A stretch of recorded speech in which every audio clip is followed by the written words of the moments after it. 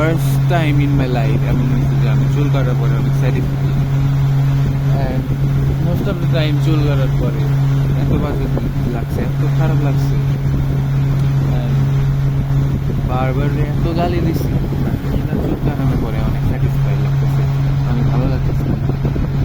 আরে চুমার ঘরে চুল বারবার মানে চুল কাটলাম আর মেয়েদের বুঝতে পারবো না আমি চুল কাটছি। দিস ইজ অনেক most of the guys long hair থাকে আমার মুখে, চুল কাটতে যায় দেন এমন চুল নষ্ট করে দেয়, আমি মনটাই খারাপ হয়। How to avoid this?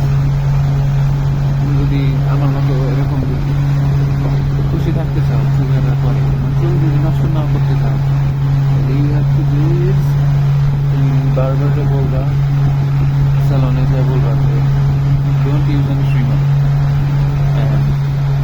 এটা first, don't use an trimmer.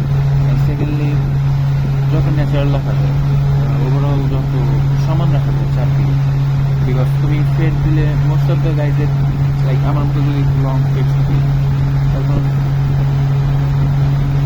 Fade করলে ভালো লাগবে না, চামড়া ধরো বাইরে রাখার জন্য ভালো লাগবে না।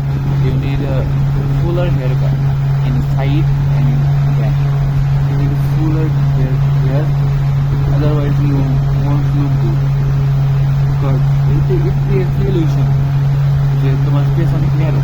যখন তুমি সাইড থেকে ছোটো করবা, স্পেড দিবা, ট্রেন্ড ফলো করতে যায়, তুমি তোমার স্পেস অনেক ন্যারো লাগবে, একটা ইলিউশন ক্রিয়েট করে।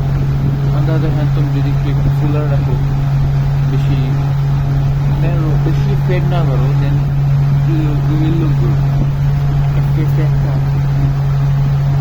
ইলিউশন অ্যাড হবে, ম্যাসকুলিন